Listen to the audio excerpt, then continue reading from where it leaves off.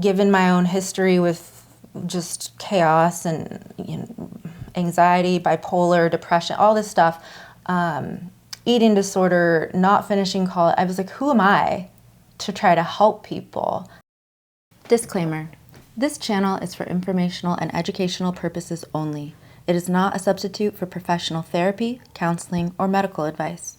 The content shared here does not constitute or replace therapeutic services. Please consult a licensed mental health professional for personal support.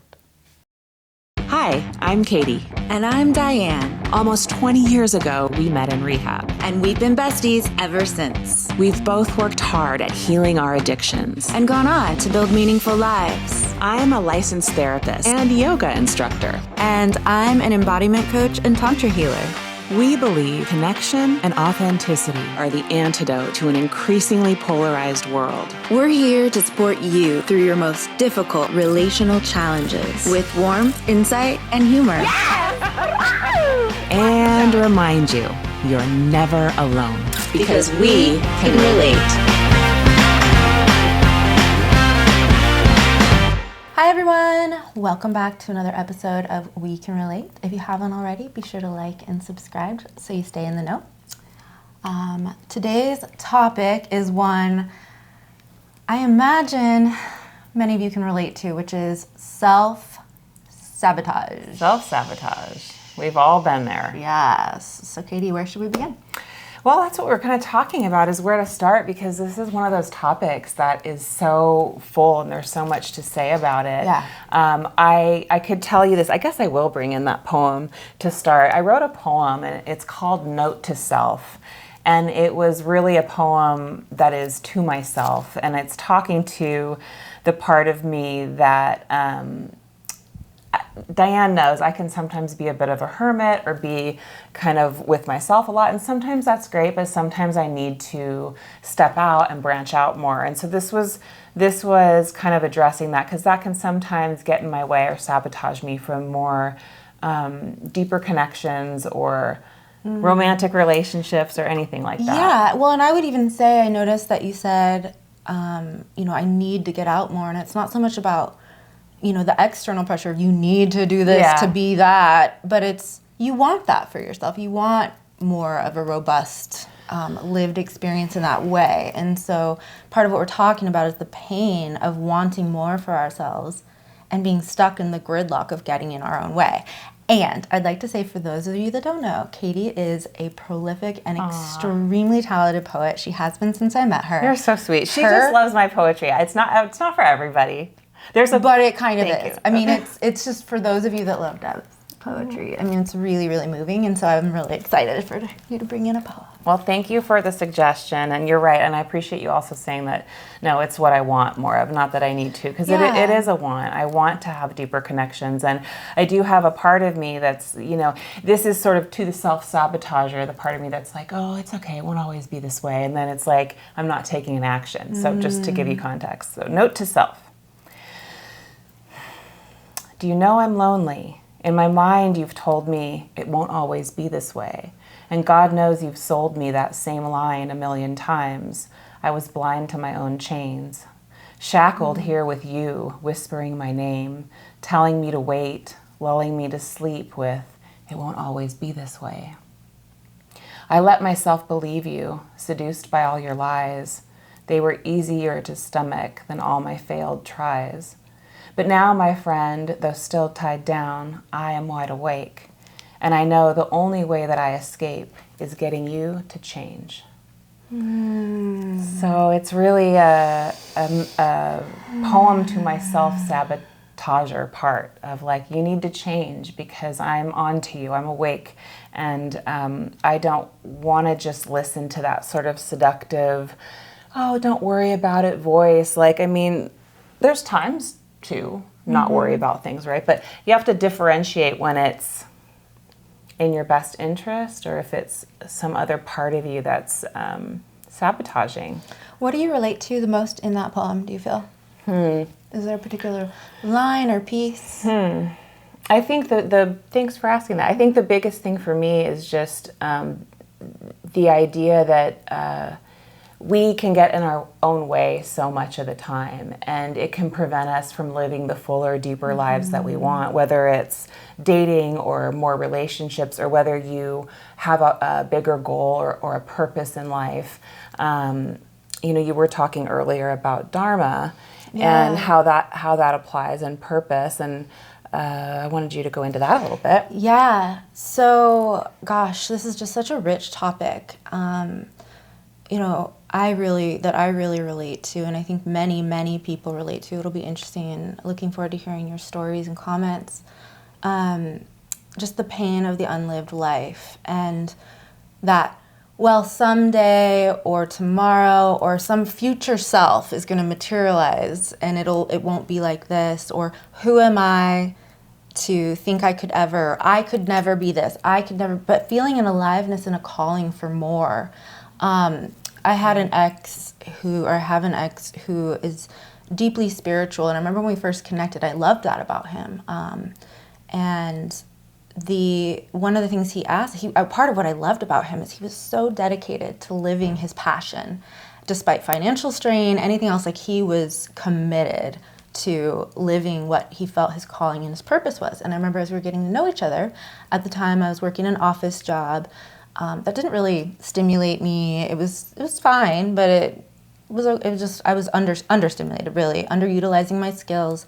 But I didn't really have the confidence or believe that I could be more. And I was also very isolated, not very social, and just had this itch of, like, I wish my life was more, but I'd resigned to the self-saboteur that was like, you can never hope for more. And he asked me, he said, well, what do you feel is your dharma? And I was like, what do you mean? He's like, well, what do you feel is your life calling, your purpose, your passion? How are you here to serve? And such a great question. Yeah, when I think of dharma, I think of, okay, when we can get out of our own mind's way and these quagmires, it's like beyond the ego in a way. How are we each called to be of greater service to humanity? I think of artists need to make art, writers gotta write, therapists are called to hold loving space. And I remember getting kind of defiant and almost like he was really looking at me and asking me these questions, and I was so on the spot. And I knew that I hadn't been living up to I hadn't even really let myself feel into the possibility that my life could be more. And I was like, oh, I don't have one. And he was like, everybody, he's like, I really feel everybody. And I was like, no, some people have mediocre lives, and they go to work, they pay the bills, and he's like, do you really, he's like, I think you're selling yourself short. And I remember being mad and being like, no, but also partly mad because he was right and I knew it. Mm-hmm. And it was so painful. And lovingly, given my own history with just chaos and anxiety, bipolar, depression, all this stuff, eating disorder, not finishing college, I was like, who am I to try to help people? How am I? I'm not qualified. Who do you think you are? All this stuff. So, but I knew that there was something for holding loving space. And so I started thinking of, okay, well, if my dharmic purpose and calling is to hold loving space, what might that look like? And then gradually I found my way into embodiment practices, tantra, etc. But it's been a many-year process of just shifting into, even when the critic or the mind gremlins come in, are like, who do you think you are? Or you could never. Often it's, you could never fill in the blank. They can, you couldn't. Why? If I started trying to just hold space for the, don't even bother, because you could never do it, you'll never get there. If I could set that aside and just start feeling in, this would probably go under tips and tricks, feeling into the possibility. Okay, I hear you, but what if? What might that look like? And just feeling into potential and possibility, and then gradually from there, making actionable steps towards the life I really wanted for myself. But just getting in my own way was really hard with this show. It's been hard with my business and my career. I think we do that in so many ways. And when you heard the voice that said, well, you can't do that, or, I think, number one, I think it's great you could recognize, at least or now you can recognize that that voice is the saboteur. Mm-hmm. So I do a lot of work with parts of the psyche, and Me too. Yeah. we could talk about it like this part of ourselves is, you have to begin to learn what it tells you. First of all, you have to realize that it's not you, because a lot of times, and that's what you described in your process first that your ex helped you with, was like, well, just give yourself the space to even consider what your purpose would be, and let yourself feel into that. And you did that. And the second piece of work is, I think, is to really be aware of how this what I would call a complex, which is a feeling toned set of ideas and thoughts that come in and sort of take us over. Usually they're caused by trauma. So we could say this is a saboteur complex. To start to notice what it tells you, because it's telling her, oh, well, you couldn't do that. And, she hadn't been questioning that. Right. And so I guess, where in your life are you telling yourself you can't do something, but you're not really questioning it, or you're listening to the voice that's like, sort of seductive and just stay and watch Netflix. And look, it's fine to watch Netflix. Yeah. I love that. Yeah. But we have to do the work of discerning between, when is it the time for me to watch Netflix because that's what I really truly want, and that's okay. And when is it the time to honor something else that maybe wants something else? And I think that can be hard, because it's easier for us to just go, I'm going to drop this thing and just do that, just forget it. It's hard to work on. Well, and there's a big difference between, I want to put on a movie and just chill out tonight and give myself a break, and going into multi-day Netflix binges, or binges of other types, kind of an addictive quality of escapism. Of, I don't want to meet the reality of my life. And I love what you're bringing in, because, how many of you out there have had the experience of, there's something that maybe has libido, life force energy, aliveness in you, and but I could never, giving up before even starting, well, I could never do that, instead of just entertaining the possibility of, okay, well, what would that look like if I were? And then playing with that, and then just gradually, feeling into possibility, and also acknowledging or recognizing maybe that voice, the saboteur, the complex, the part, maybe that's running my ship or driving things and isn't based on truth. I just remember for so long I accepted these self-doubting voices, the voice of the critic, etc., as truth. Like, of course. And how dare I even dream to think it would be different, because I'd lived such an unlived life for so many years. I missed my entire 20s, really, in isolation and depression and just addiction. Yeah, and just really thinking like, well, this is it. This is the best you can do, and how dare you even think about asking for more, or hoping for more. And so, like, almost giving up, or a lot of people I hear that I work with are like, oh, well, I'm already this age, so I've gotten to this age. If I was gonna do it, I would have. And I'm like, but you're never going to be as young as you are today again. Yes. And what would you like the rest of your wild and precious life to look like? And so shutting down the rest of the many years you have left, because if you don't change, you're going to get more of the same. Yeah, that's such a good point. And there again, we have the sabotaging part at play. When that person is asking you or telling you, look, I'm already this age, what's the point? They are already taken over. They are already in the complex. And it's so sad, because it really gets its hooks in us in a certain way, and it's hard to get out of. I used to have an ex, I was thinking of this story, that this person, bless his heart, would get so many parking tickets, like to the point where I'm like, it was like number 7, and I was like twitching, because I'm like, how do you not literally and symbolically see the sign? It's right there. Well, and so then he did a little bit better for a while, and then he got another one, and we ended up processing it, and it turns out that he had read the sign, but he had thought in his head that, well, other people were parked there, so probably it's fine. And then I said, well, okay, but what was it that didn't let you actually take in the information that was clear as day, right in front of you? And he said, well, I didn't want to keep looking. I was frustrated. I was tired from my long day, and I didn't want to keep trying to find parking. So in that way, we can see two things. We can see the sabotaging part, but also that the sabotaging part was actually trying to help him, or helped him in a way, avoid the frustration of circling around the block looking for another spot because he was already tired. So we also have to look at how these things, they save us from being uncomfortable. Yeah, you got a $50 ticket, and that's worse. But his consciousness wasn't high enough to realize that's what's going on. So these things in the psyche are so tricky. They're so tricky, and I love that you brought that up because, you know, everything has pros and cons.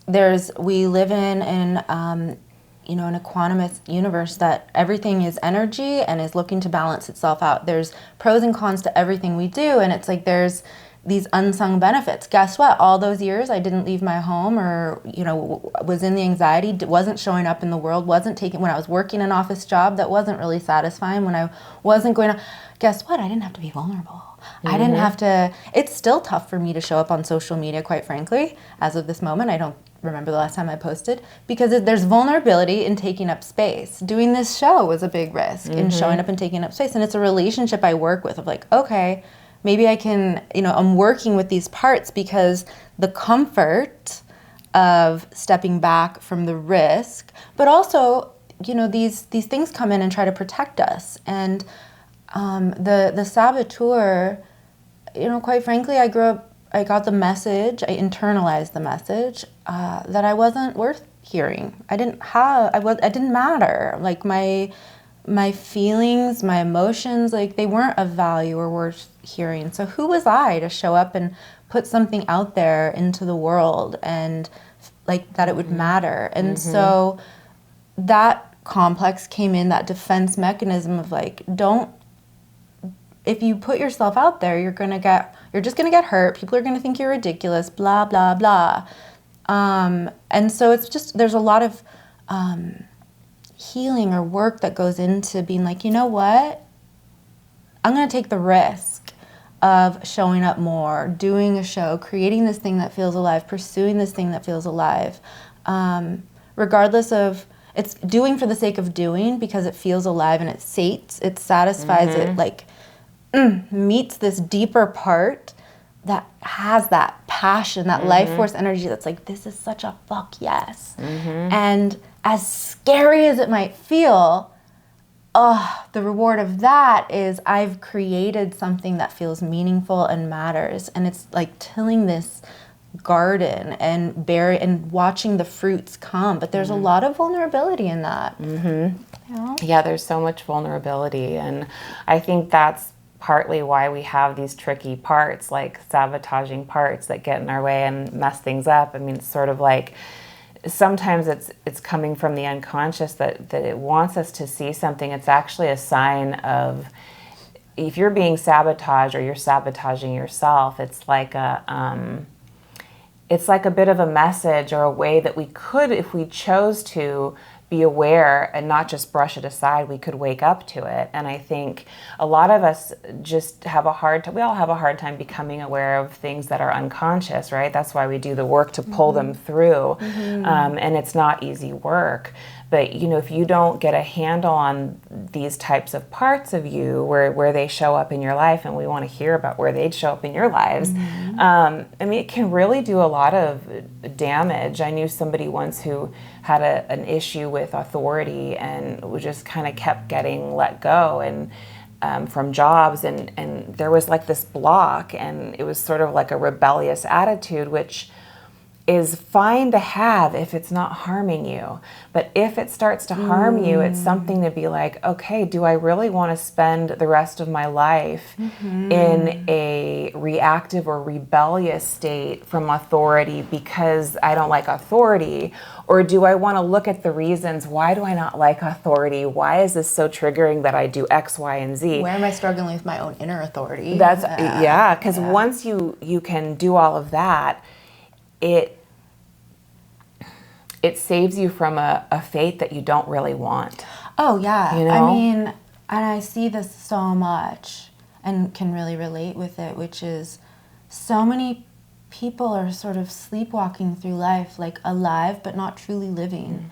And the question becomes, if not now, when. I remember that one was a big changing point for me, of that continued putting off, and it was like, okay, but then at what point is it I'm going to take an actionable step in the direction of my dreams? And that can feel so counterintuitive when the inertia has been in just living small. And there's a lot of risk involved. And, it's so painful to stay in a resigned place of this is the best it could ever be for me. That doesn't have to be true. If you're hearing that, that's complex. That's right. It's Nobody so sad. has to settle for that. Like, and I remember that whole concept of, well, who do I think I am? And it's like, it's kind of egocentric to be like, oh, those people out there can live these lives that I really admire and respect and feel called to because it resonates somehow. It stirs something in me. But I could never. And it's like, the exception of you, really, of all the people, like, why not you? Why not you? Yeah. Why couldn't you?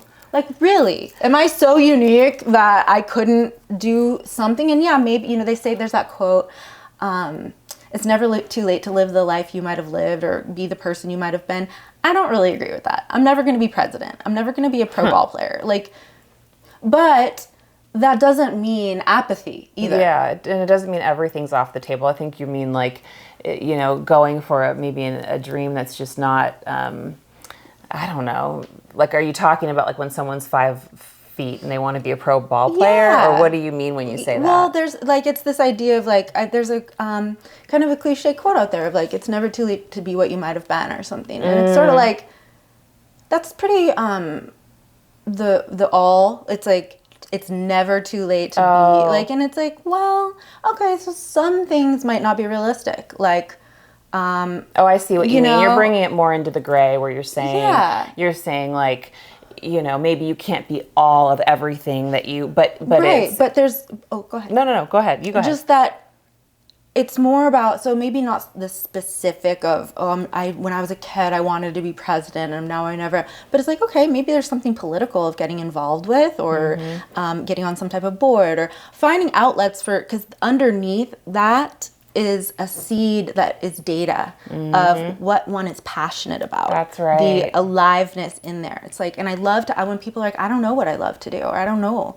I love to ask, well, when you were a child, what did you love to do where you lost track of time when you did for the sake of doing, not for results, not out of attachment for results? Where did time just fall away? And sometimes it's building things. Sometimes it's painting. For me, it's art, So, okay, how can that be brought in a way that's expressing for the sake of more aliveness in our lives, in our precious, precious lives? I love that. And I think that the issue with having more of that is these parts of us that, the sabotager part was so effective for keeping you small for so long and keeping me small for so long. You too, my love. Yeah, I know. Both. I just was because you were talking about yourself, but it these parts keep us small and confined for so long. And that's why I wrote the poem, because I was confining myself, right? And it's like, it's easy just to say, and I know you're not saying this, but let's have more aliveness. But if we're being blocked by these really big energies, to me, it's like, it's twofold. It's doing the stuff Diana's talking about, which is like bringing in those things from your childhood, finding a way to weave in the desire, letting yourself feel into it, all those tips to do that, and then simultaneously to do the work of understanding, what is this energy protecting you from? Why is it so scary? Where have you been told that you can't have this? Or what is, to not be afraid of exploring what these darker parts of yourself are about. I know. This stuff, it does. Because I just find it to be, it's helped me in my own life so much. I was so riddled with, we have had very similar issues in our lives, which is sort of how this whole thing came together in a way. Is there's a lot of resonance, and I've been through addiction and probably every complex you could imagine, and anxiety and depression, it's helped me so much to really look at my dark teachers and go, okay, dark teacher, what do you have to tell me? And could you, and I talk to them, I could say, can you please not take me over today? And if you are going to take me over, damn it, I'm going to watch every single little trick you use so that I can be more onto you next time, because I don't want to be sabotaged. You know, I don't want that part of me in charge of me for the rest of my life. I love that. I love that. And it's this, it makes me think of just starting with really, we're weaving in tips and tools throughout, I guess, which is great. This, I call it compassionate observing. Just, okay, what you're talking about, it's like, okay, if you are going to come in, I'm going to observe you. Because there's so much data. If we can just, instead of shove these things away or refuse to look at them, if like, okay, you're a dark, I love this term, dark teacher. What do you need me to know without judgment? Like, you're here as a messenger to protect me from something. And, I was thinking, oh gosh, well, with the art and my writing, I love to write. And I don't write like I used to. And I love when that comes through, and I'd like to see more of that. But it's this idea, I remember when I was a kid, the question was, what do you want to be when you grow up? And I'd be an artist? Oh, well, it's really hard to make a living and support yourself as an artist. So it was like, dream smaller. Oh, okay, maybe I'll be a writer. It's really hard to make a living as a writer. Dampening of the dreams. So, that could maybe be a hobby. Okay. At one point I thought I wanted to be a dermatologist because I love picking at things. And it was like, well, you're not great at math and science, so maybe something else. And it was just, don't dream so big. And I know that from my family, that was generationally handed down of like, don't set yourself up for disappointment. But it was also this idea, if you're not going to be a professional, don't make art. What? Yeah, it's so crazy. Even still, it's really difficult. One of the resistors that comes in for me to sit, I love making art. I like to say I have so many unpainted paintings in my heart. And I've gotten better at it, but there's still this resistance that comes in of like, but if it's not going to be good, what's the point? Good. Yeah. What is good? It's about expression, you know? That's right. It's so true. And it's so hard to just let ourselves express. I have that same issue with like, sometimes I want to paint, but I'm just like, oh, but I suck as I'm not a good painter. It's like, okay, Katie, that's not the point. And that's not the point. So these things that really stand in our way, and, I can relate to what you're saying. I was, wanted to be an actor for a long time and really loved acting. I didn't love the business, but I loved the acting itself. And, it was always like, well, very, very few people make it as an actor. Well, that's not a stable job. Well, you're not going to make money. There was just never like, let's figure out a way to do this. That wasn't there at all. And so when you grow up with that, as you get older, it's sort of like, well, if I'm going to do something, you have that internal voice that's like, well, it's not going to go anywhere. Why? Like, even with this show, I was like just gonna say. that came in for me a lot of like, why. It came in earlier today, actually. We were talking about this, and I'm like, my doubt's coming in. And I haven't had a lot of doubt with the show because I've just loved doing it. But feeling like I do want it to help somebody. I hope somebody can relate. And we have things to say. And then telling her, oh, I feel like no one's going to care. We're just saying the same things. And she talked me out of it, but my own interference, that was my own interference happening. Yeah, absolutely. This stuff continues, and it will continue to show up. And I love, this idea like of dialoguing of like, okay, it's saying this. Well, how can we have a conversation where, as opposed to letting it rule one's life as the authority and truth, and shut us down and get in the way before we ever get there? And with the show, we've had other people be like, it's not gonna like be anything, right? Or like, it's really hard to like make it, like, don't get your dreams. Like, also just supporters, that's not helpful. Like, if somebody's sharing vulnerably about their dreams, they've probably already got their own voice, kind of unsure if it's gonna pan out. Nobody needs that. Like, good for you, like, way to create. And also, we've said all along, like, we're doing for the sake of doing. We've worked really hard at moving through some of our own stuff, and we have things that matter that we'd like to share and put out there, and then for those it aligns with. But it wouldn't serve us to orchestrate for the sake of the final result and the end product. That's not the point. And then the rest takes care of itself when it's coming from a place of authenticity, aliveness, and it was really tough for me when we started this show. You know, I've compared myself over time to Katie. I've thought of her as the more together big sister. I'm a bit younger than you are, and Katie, you know, we went to rehab at the same time, and Katie took the lineal path. We've talked about this of, you know, a more secure recovery process and going and finishing grad school, becoming a therapist, a clinical therapist, and I kind of weaved around a bit, and it's been a different path and an alternative path, and I you know, I love what I do now as a coach and a healer, and with my practice, I love it so much, but just feeling unqualified, like who am I? And, oh, well, it makes sense that Katie is on a podcast about these things because she has so much that's wise to say, but who do I haven't gotten a master's, I haven't finished my bachelor's degree, like, yeah, hi. it's such a chatter. And Yeah. and I think you said, your analyst said this to you, but that your life is your qualification. And I believe that, was like, so helpful. you know, there's this concept of the wounded healer, which we'll probably do an episode on at some point, but it's this idea that you can't give, I don't want to say advice because we don't really give advice in what we do, but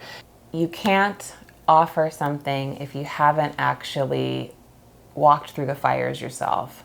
Right? If you're a wounded healer, it means that, it means that you were wounded and now you're healing. The two kind of go together. And so I think that's all I was saying. Well, it makes me think of Dharma, of like, okay, we surpass ourselves in a way and we get to a point where it's like, okay, now I have the ability to serve.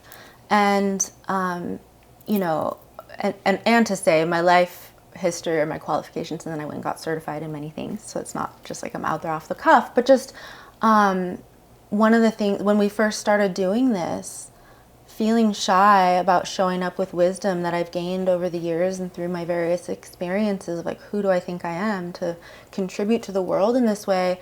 And it's been so wonderfully validating to rewatch us back and be like, we do have things to say. Honestly, one of the beautiful things about this show is in ways we're speaking and being the voices we needed to hear when we were young. I feel like I needed something like this, and hopefully, you know, we're speaking to and bringing value to others in this way, like of people that are aching and needing to hear these things, and yeah, it's just really, really beautiful, and I've just noticed that the more I take the risk of showing up, creating the art, getting myself up and going to the gym, sitting, you know, creating the show, writing the post, whatever it is, these things that I'd like to do that my saboteur has tended to come in and be like, why bother? The more I do them, I'm never sorry. I'm never like, oh, I wish I hadn't done that thing that makes me feel so alive. No, and it builds capacity. Each time you're able to do the hard thing, you build that muscle, whether, you know, it's just an internal muscle instead of a physical, well, sometimes it's both. Yeah, but you build that muscle to do it, and it becomes easier, but you have to go through that hard part to get there. Well, and the gift of that is that's how we learn to trust ourselves. Because for so long, I was like, oh, I'm saying I'm going to do this thing, but I never do. That's like, right. why bother, blah, blah, blah. You know you're never going to do it. And it's like, no, darn it. I did the thing. And that voice does not get to be in charge of me. Yes. Like, no, I'm going to do it. I'm going to show up, and I'm going to work on my resistance. By the way, I did want to bring in this book by Stephen Pressfield. It's The War of Art, Break Through the Blocks and Win Your Inner Creative Battles. So this is a really good book to have because it kind of deals with all the ways that we try to sabotage ourselves. Yeah. I think give a shot. Yeah. Yeah, I you know, anytime we can break through and do the thing, it counts. And that's in the now. And then it's my analyst said to me, it was really helpful. I remember being at one point, you know, it's taken us a while to do the show. I went through some struggles and had to hit pause and reorient in ways, and I was really, really grieving and thinking, oh, I'm never going to get back to it. I'll never be able to find my way back to this thing we were creating that was so meaningful. And she's like, what you do is you string like beads, and each time you take basically an actionable step in that direction, before you know it, you've strung something meaningful together. Right. And it was so helpful of like, I remember her saying, where you're going to be in 6 months isn't where you are today.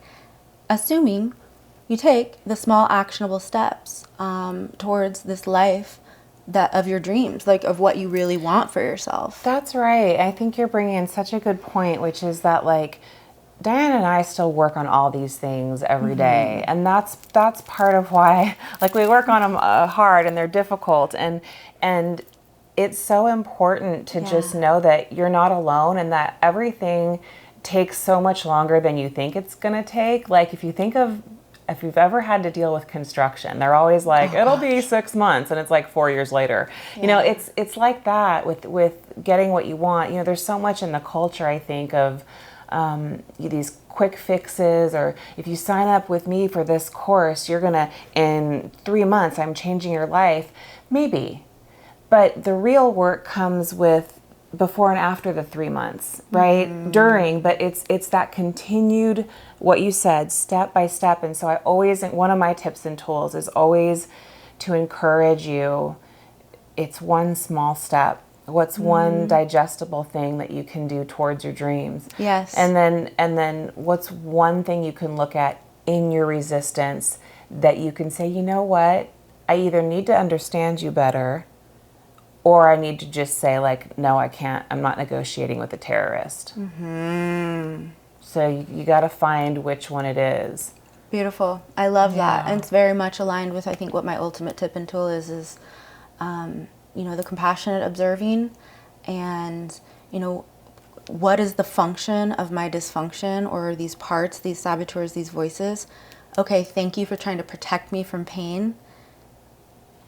Letting these saboteurs or these parts that create pain now, they're not actually supporting me or protecting me, they're harming me, and I want to shift this relationship. So I'm going to begin to defy and step out of what it's the comfort zone, but it's really a discomfort zone. And I don't, thank you, protector, but I no longer need you anymore. And I'm going to move one digestible step. And I like to say, what is one small actionable step that you can take in the direction of your dreams today? What's one small thing? And then begin building those beads towards a meaningful life. And also, while doing so, observing what comes up. What is there? Maybe it's vulnerability. Maybe it's some anxiety. Maybe it's the saboteur, the inner critic, or the self-doubt.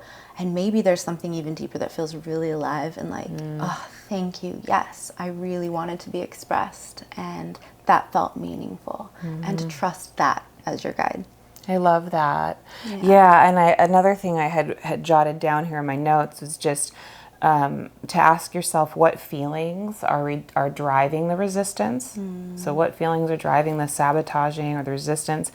What do they want you to know? And the other thing is to come back to if I can get through this, what's in it for me? Right? Like, what's waiting on the other side? There was a great quote I heard. It was an Instagram quote that I saw the other day that said, the peace you're looking for is on the other side of the pain you don't want to feel. The peace you're looking for is on the other side of the pain you don't want to feel. It's by Cory Muscara. Can you repeat that one more time? Yeah, sure. The peace you're looking for is on the other side of the pain you don't want to feel. It's so good, right? Yeah, there's that reminds me of a quote, I forgot by who, but it's like, everything you've ever wanted is on the other side of fear. And it's like that hijack of like, that's right. That like, and I love this idea of, okay, this might be scary and vulnerable and all these other things, but the value, the garden of your life, like, to be realized, to be fully lived, to be fully expressed.